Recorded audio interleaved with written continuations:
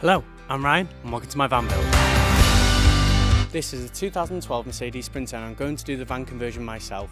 I've previously done a micro camper before. It was a 2009 Fiat Doblo. It became my home for 2 years and took me to 14 countries across the UK and Europe. Using the experience I've gained from my first build, I'm now going to tackle my second van and pass on all the knowledge to you. Here's the 7 stages you need to follow for building your van. Before diving into your camper van conversion, make sure the van is mechanically sound and safe to drive. No leaks and no surprises down the road. Next up, planning. A clear layout will save you hours later. Think about how you will live in the space and where you'll need to cut holes for windows, electrics and plumbing. I'm designing mine on Vanspace 3D. It comes with lots of different van models and you can also add multiple features like furniture, showers and even add in walls. You can find a link in the description to build your dream camper. Then tackle the bodywork. Repair any rust, install windows and prep the van for features like showers, toilets or vents. Now it's time for sound deadening and insulation. Reduce the noise and control the temperature. This will help you keep it warm in the winter and cool in the summer. Follow up with electrics and water systems. Whether it's solar panels, lighting or sink, get the wiring and plumbing in before the walls go up.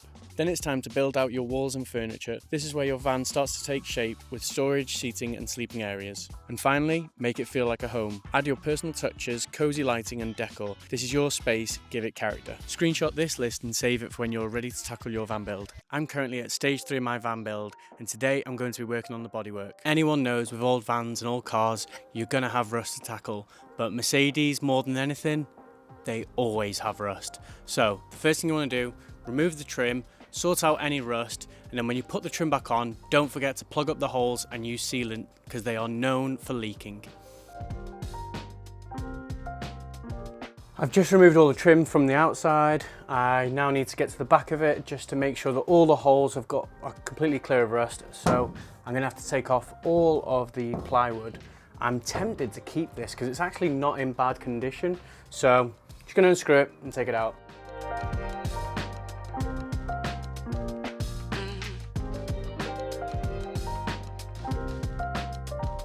I'm going to start by using this cordless iron held grinder with a twist knot wire brush attachment. All of the power tools that I'm using in my van build I got from ITS. I will link them below. As you can see, there's some heavy pitting happening here. So whatever I can't get out with the grinding disc, then I'm just gonna have to cure rust it and see how we get on. I've already switched to the grinding disc, so there's a few bits of heavy pitted rust that I'm gonna only be able to get to with the grinder, and then I can treat it, so leave it with me. So there's a few pits that I'm gonna have to just treat with cure rust. I've got as much as I can off with the twist wire brush and the grinder, so now it's just a case of trying to prevent it and protect it as much as possible. There's a few pitted bits which I just can't get to. I've had to go with the wire brush, the Dremel, a few other things. So I'm gonna hit it up. I've got some Hammerite products. I've got Cure Rust. We've got red oxide primer that will mainly be going behind the trim, and then some smooth direct to rust white metal paint. So that'll all be getting applied now, and then I've also got some parts that also need to be fillered. I've applied the Cure Rust and it is turned black where there are some rust bits in the pitted areas. And there we have the red oxide. So I've ground off all the rust, I've applied the red oxide, I've applied Cure Rust, I've applied the top coat paint. Then I decided to filler over some of the parts that were a little bit out of shape. I've also applied some etch primer and some top coat on top of that in some other areas just to really nail back and make sure none of this rust is coming through. Next up is to apply the trim. Now, one thing that you need to know with any Mercedes Sprinter or VW Crafter is that these little plastic clips will go brittle and they will fail.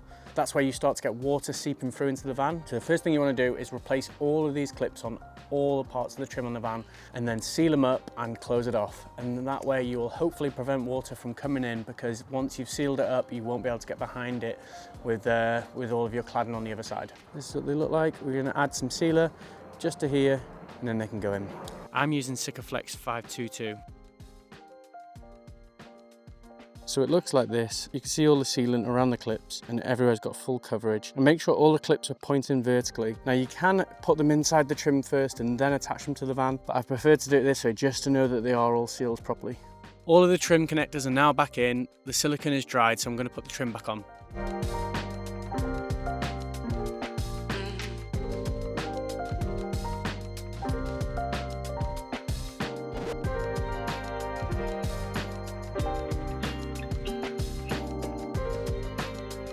And that's it, all the trim is back on and ready to go.